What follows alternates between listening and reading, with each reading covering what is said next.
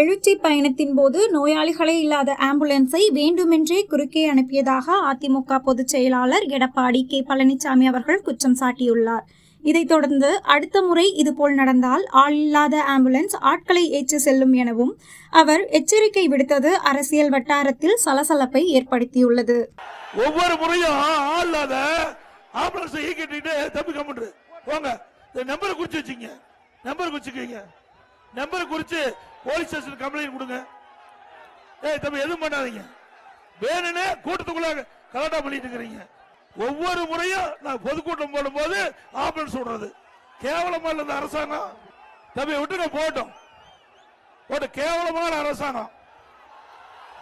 அரசாங்கம் எதுக்கிறதுக்கு தில்லு வேணும், அரசு நீதியா எதுக்கு வேணும். அதை விட்டுட்டு கூட்டத்துக்குள்ள ஆம்புலன்ஸ் விட்டு விட்டு ஒவ்வொரு முறையும் பிரச்சனை பண்றதா. இந்த டிரைவரு இதெல்லாம் குறிச்சு வச்சுக்க, நம்பர் குறிச்சு வச்சுக்க, யாரும் அப்புறம் பேசிக்கலாம். இந்த அணைக்கட்டு சட்டமன்ற தொகுதி அதிமுக கோட்டை. இது மாதிரி 1000 ஆம்புலன்ஸ் விட்டாலும் மக்கள் மனதை மாற்ற முடியாது. நான் ஒவ்வொரு கூட்டத்திலையும் பாக்குறேன், கிட்டத்தட்ட ஒரு 20-30 கூட்டத்துல இது மாதிரி ஆம்புலன்ஸ் விடுறது, வேணா கூட்டத்துல கலாட்டா பண்றது.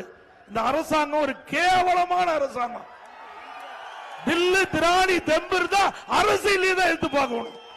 மக்கள் குழுமி இருக்கிற கூட்டத்தில் விட்டு மக்களுக்கு ஒரு கஷ்டத்தை உண்டாக்கி இதில் ஏதாவது மக்கள் அடிபட்டது யார் பொறுப்பு? வேண்டுமென்றே திட்டமிட்டு இந்த வெறும் ஆம்புலன்ஸ்ல யாருமே போகல, நோயாளியா போக கிடையாது, அங்க வழி இருக்குது. நான் ஆரம்பத்திலிருந்து இது கிட்டத்தட்ட ஒரு 30 கூட்டத்தில் பார்த்திருக்கிறேன் இதே மாதிரி ஆம்புலன்ஸ் கூட்டத்துக்குள்ள விடுறது. ஆக இந்த அரசுக்கு எச்சரிக்கையா விடுறோம், அடுத்த இருக்க ஆம்புலன்ஸ் வந்தா ஆம்புலன்ஸ் பேஷண்ட் ஏத்திட்டு போற மாதிரி தான் இருக்கும். வெறும் வண்டி ஆம்புலன்ஸ் வந்தா அது யார் ஓட்டிட்டு வராங்களோ அவர் பேஷண்டா மாதிரி ஹாஸ்பிட்டலுக்கு போக வேண்டிய நிலைமை ஆயிடும். என்ன அசிங்கமா இல்ல?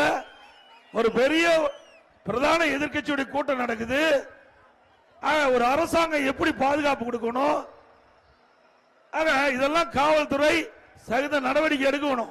சட்டப்படி நாளைக்கு புகார் கொடுங்க, காவல் நிலையத்தில் புகார் எடுத்து நடவடிக்கை எடுக்கணும்.